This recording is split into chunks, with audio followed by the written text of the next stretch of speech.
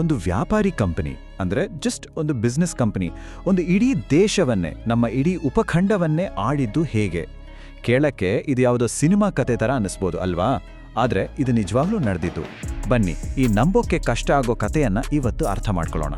ಹೌದು, ಕೇವಲ ಲಾಭ ಮಾಡೋಕೆ ಅಂತ ಬಂದವರು ಬರೋಬ್ಬರಿ 100 ವರ್ಷಗಳಲ್ಲಿ ಭಾರತದ ಮಾಲೀಕರಾಗಿ ಹೇಗೆ ಬದಲಾದರು? ಈ ಇಡೀ ಪ್ರಕ್ರಿಯೆ ಹೇಗೆ ನಡೀತು ಅಂತ ಸ್ಟೆಪ್ ಬೈ ಸ್ಟೆಪ್ ಆಗಿ ನೋಡೋಣ ಬನ್ನಿ. ಸೊ ಈ ಇಡೀ ಕಥೆಯ ಆರಂಭ ಯುದ್ಧದಿಂದ ಆಗಿದ್ದಲ್ಲ, ಬದಲಿಗೆ ಯುರೋಪ್ನಲ್ಲಿ ಒಂದು ವಸ್ತುವಿಗೆ ಸಿಕ್ಕಾಪಟ್ಟೆ ಡಿಮ್ಯಾಂಡ್ ಇತ್ತು. ಅದು ಭಾರತದಲ್ಲಿ ಬೇಕಾದಷ್ಟಿತ್ತು. ಏನದು?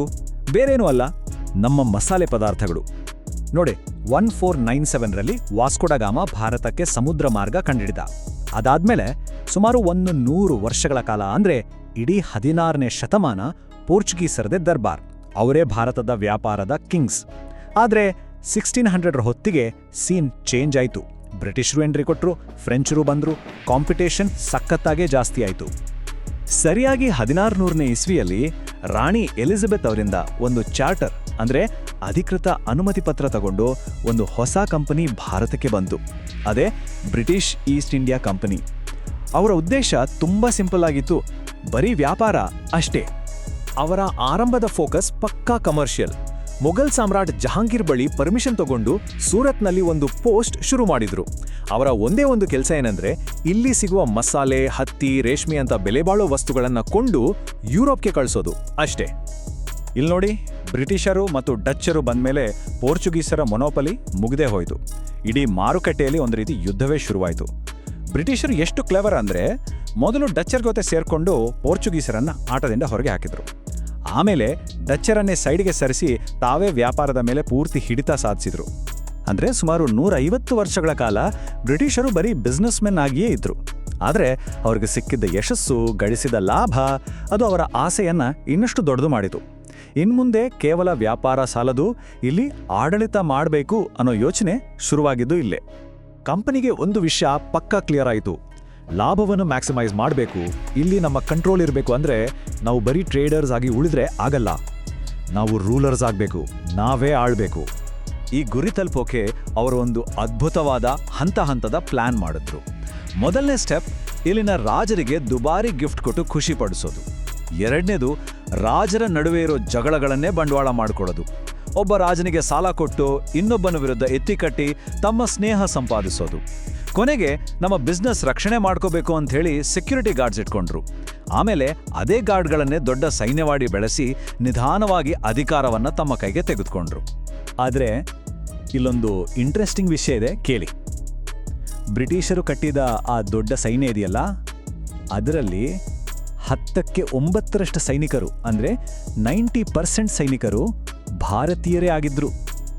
ಯೋಚನೆ ಮಾಡಿ, ಇದೇ ಅವರ ಮಿಲಿಟರಿ ಪವರ್ನ ಅತಿ ದೊಡ್ಡ ಸೀಕ್ರೆಟ್. ನಮ್ಮವರನ್ನೇ ಬಳಸಿ ನಮ್ಮ ದೇಶವನ್ನೇ ಗೆದ್ದ ಚಾಣಕ್ಯ ತಂತ್ರ ಇದು. ಸೊ ಒಂದ್ ಕಡೆ ಅವ್ರ ಕೈಲಿ ಒಂದು ಪವರ್ಫುಲ್ ಸೈನ್ಯ ಇತ್ತು, ಇನ್ನೊಂದು ಕಡೆ ಭಾರತದ ರಾಜರು ಒಬ್ರಿಗೊಬ್ರು ಹೊಡೆದಾಡ್ಕೊಂಡು ಒಗ್ಗಟ್ಟಿಲ್ಲದೆ ಹಂಚಿ ಹೋಗಿದ್ರು. ಬ್ರಿಟಿಷರ್ಗೆ ಇದಕ್ಕಿಂತ ಒಳ್ಳೆಯ ಅವಕಾಶ ಬೇಕಾಗಿರಲಿಲ್ಲ. ತಮ್ಮ ಆಟದ ಮುಂದಿನ ಹಂತಕ್ಕೆ ಅವರು ಸಂಪೂರ್ಣವಾಗಿ ಸಿದ್ಧರಾಗಿದ್ರು. 1764ರಲ್ಲಿ ನಡೆದಿದ್ದು ಒಂದು ದೊಡ್ಡ ಟರ್ನಿಂಗ್ ಪಾಯಿಂಟ್. ಅವರು ಮೊಘಲ್ ಚಕ್ರವರ್ತಿ ಶಾ ಆಲಂನನ್ನೇ ಸೋಲಿಸ್ಬಿಟ್ರು. ಈ ಒಂದೇ ಒಂದು ಯುದ್ಧದ ಗೆಲುವು ಅವರಿಗೆ ಬಂಗಾಳ, ಬಿಹಾರ್ ಮತ್ತು ಒರಿಸ್ಸಾದಂತಹ ಅತ್ಯಂತ ಶ್ರೀಮಂತ ಪ್ರದೇಶಗಳ ಮೇಲೆ ಸಂಪೂರ್ಣ ಕಂಟ್ರೋಲ್ ಕೊಡ್ತು. ಇದು ಅವರ ಪಾಲಿಗೆ ಒಂದು ಜಾಕ್ಪಾಟ್ ಇದ್ದ ಹಾಗೆ. ಅವರ ಮುಂದಿನ ಟಾರ್ಗೆಟ್ ಆಗಿದ್ದು ನಮ್ಮ ದಕ್ಷಿಣ ಭಾರತದ ಅತ್ಯಂತ ಶಕ್ತಿಶಾಲಿ ರಾಜ್ಯ ಮೈಸೂರು. ಇದು ಮುಂದೆ 4 ಯುದ್ಧಗಳ ಸರಣಿಗೆ ಕಾರಣವಾಯಿತು. ಇವನ್ನೇ ನಾವು ಇತಿಹಾಸದಲ್ಲಿ ಆಂಗ್ಲೋ ಮೈಸೂರು ಯುದ್ಧಗಳು ಅಂತ ಕರೆಯೋದು. ನೋಡಿ, ಮೊದಲ ಯುದ್ಧದಲ್ಲಿ ಬ್ರಿಟಿಷರಿಗೆ ಸೋಲಾಯಿತು, ಹೈದರಲ್ಲಿ ಗೆದ್ದ. ಆದರೆ ಬ್ರಿಟಿಷರು ಸುಮ್ಮನೆ ಕೂರ್ಲಿಲ್ಲ, ಅವರು ತಮ್ಮ ಡಿವೈಡ್ ಅಂಡ್ ರೂಲ್ ಪಾಲಿಸಿ ಉಪಯೋಗಿಸಿದ್ರು. ಮೈಸೂರಿನ ಶತ್ರುಗಳಾದ ಮರಾಠರು ಮತ್ತು ಹೈದರಾಬಾದ್ ನಿಜಾಮನ ಜೊತೆ ಕೈ ಜೋಡಿಸಿದ್ರು. ಎರಡನೇ ಯುದ್ಧದಲ್ಲಿ ಹೈದರಲ್ಲಿ ವೀರ ಮರಣವನ್ನಪ್ಪಿದ.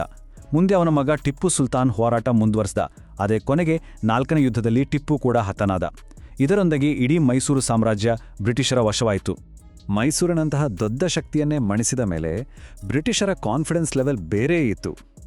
ಇನ್ನು ಮುಂದೆ ದಾರಿಗೆ ಅಡ್ಡಬರುವ ಪ್ರತಿಯೊಂದು ಪ್ರಮುಖ ಶಕ್ತಿಯನ್ನ ಒಂದೊಂದಾಗೆ ಸಿಸ್ಟಮ್ಯಾಟಿಕ್ ಆಗಿ ಮುಗಿಸಲು ಅವರು ಪ್ಲಾನ್ ಮಾಡಿದ್ರು.